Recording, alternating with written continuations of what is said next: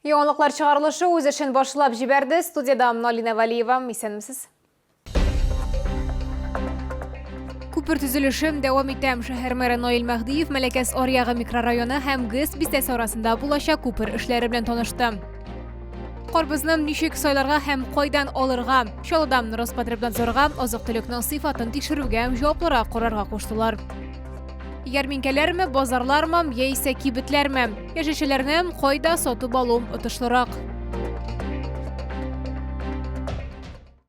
Статистика мәгълүматлары буенча, соңгы тәүлектә Татарстанда яшәүче 51 кешедә COVID-19 диагнозы расланды. Чаллыда узган тәүлектә коронавирусын тагын 16 яңа очрагы теркәлде. Шулай итеп, 16 сентябрьгә Татарстан буенча коронавирус белән авыруның барлыгы 26264 очрагы билгеле. Аларның 22835 терелгән, 28 узган тәүлектә.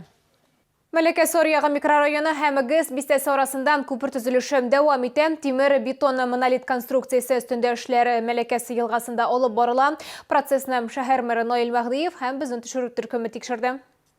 Күпер төзелеше август уртасында башланды. Бүгенге көндә объектның әзерлеге нибары 13%-ны тәшкил итә. Шуңа күрә эшләр кыш көне дә алып барылачак. Төзелешне киләсе елның көзендә төгәлләргә ниятлиләр. Яңа күпер бюджетка 1 миллиард 86 миллион сумга төшәчәк. За этот неполный месяц мы устроили 2 фундамента. Это ростверки 2 первых опор. Сейчас мы работаем на 3-й опоре.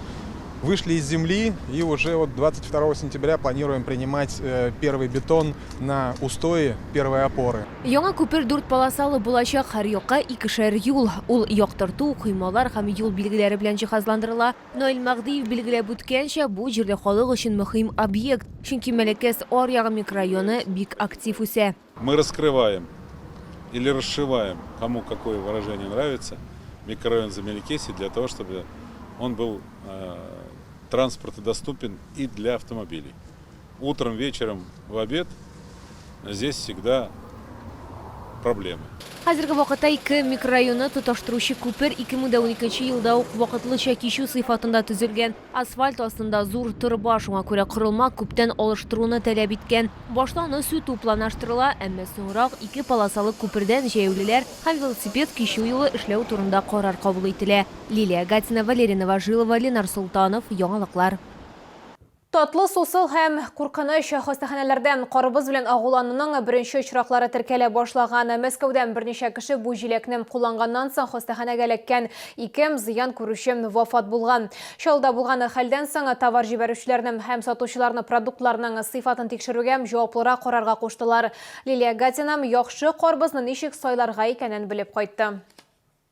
Чаллыда карбыз һәм кавыннар зур кибетләрдә һәм базарларда сатыла. Әйтик, автозавод базарында гына да җиләк-җимешне 10 ноктада саталар. Сатыр алдыннан карбыз нитрат һәм радиациягә тикшерү уза. Сатучыларның кулларында озату документлары, яраклылык сертификаты һәм карантин сертификатлары булырга тиеш. Допустимая норма нитратов в арбузах 60 мг на килограмм арбуза.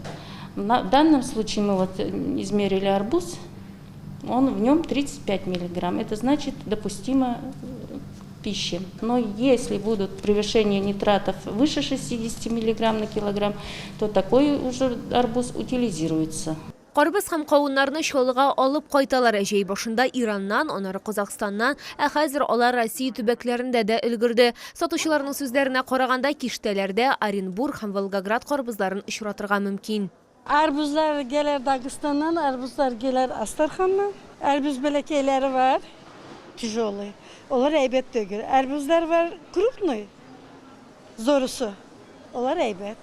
Сатып алучыларның да карбыз һәм кавын сайлауда үсерләре бар. Кемдер аны сугып тавышына, кемдер тышка формасына карый. Арбуз выбираю на бух-бух.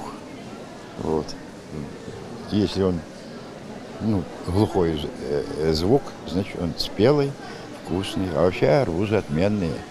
Арбуз должен быть жесткий, не гнилой. Если он гнилой, значит, если он мягкий, если он мятый, значит, он уже все. Он должен быть крепкий, хороший.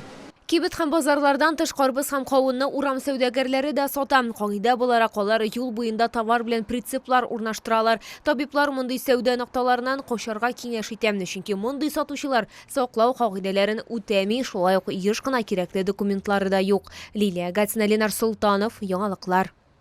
Ярминке сезонының қызған шағым тек шылылар онаны фойда болуына шекленем. Шушы күнердем шәһәр хакимияты ауыл хуҗалыгы продуктларынан тәкъдим ителгән бәяне қойған. Ул шилтәрле кибетләрдән шактый түбән. Сатучылар рекомендацияләреннән исәпкә алганмы, әллә бәяләр кибетләрдән арзанракмы сорауга җавапны хәбәрчебез ачыклады. Biz башта шәһәрнең шилтәр кибетләренә киттек. Яшешә бәяләре җәйге чор белән чагыштырганда сизерлек үзгәргән. Бәрәңге 60 сум урынына 28 сум, кишер хакы берничә ай элек 100 сумнан артып китсә дә, хәзер 30 сум тора. Сейчас-то осенью, конечно, устраивает. Это же очень уже. То есть до этого было хуже намного? Ну, извините меня, когда морковь 140 рублей стоила, это было хорошо, что ли? Для меня нормально, я больше никуда не хожу, только сюда. А не считаете ли вы их высокими? Нет. Ну, не знаю, я не сравниваю, по магазинам не хожу, где цены ниже, выше. Гомумән алганда шилтәр кибетләрендә азык-төлеккә бер үк төрле бәяләр. Әмма ярминкәләрдә сатучылар үз продуктларына бәяләрне үзләре билгели. Әмма шәһәр башкарма комитеты тәкъдим ителгән бәяләрне билгеләде. Мәсәлән, бәрәңгене 18 сумнан, кишер һәм суганны 20 сумнан сатарга киңәш итәләр. Тик шаулар сөйләвенчә, чынлыкта бу бәяләр 2 тапкыр диярлек югарырак. Там тоже дорогое все. То есть разницы нет, что там, что тут покупать? Да, там вот там за 40 рублей морковь, 40-45, картошка по 30 рублей. И то мешками. Яшелчәләрне төрле урыннарда бакчачылардан да сатып алырга була. Аларда бер чиләк бәрәңге уртача 200-250 сум тора. Әгәр килолап исәпләсәң, ул 50 сум тирәсе чыга. 250. За ведерко получается? Да. А ведерко сколько там килограмм? Где-то 5, что ли, килограмм, не знаю. Около 5 килограмм, Да, 250 выходит. Угу. И как вообще люди активно берут? Берут.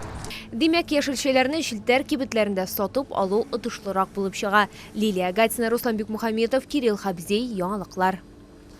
Чаллы Татар драма театрында ялган билетлар сатучы мошенниклар турында кисәтәләр. Караклар мәдәният учреждениесенең рәсми сайтына охшаш сайтлардан кулланып сата.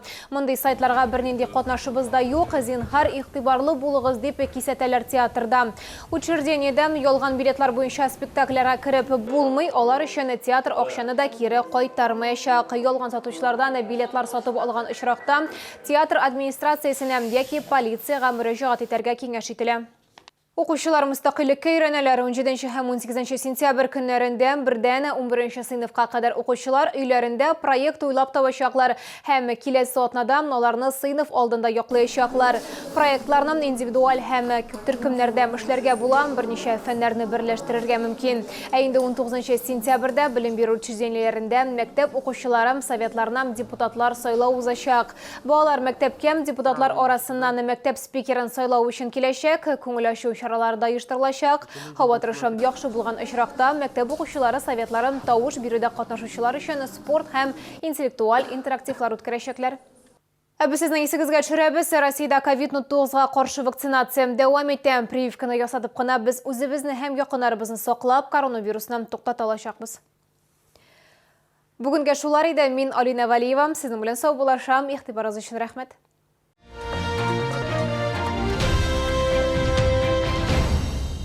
В Еврокерамике грандиозные скидки на плитку до 20%, на ванны и унитазы до 40%, на мебель для ванной комнаты до 80%. Надежный модный ремонт по выгодным ценам с Еврокерамикой. Новый магазин «Светофор» на БСИ. Мясо свинины охлажденное 209 рублей за 1 килограмм. Бедро цыпленка бройлера охлажденное 149,90 за 1 килограмм. БСИ, улица Старосармановская, 3.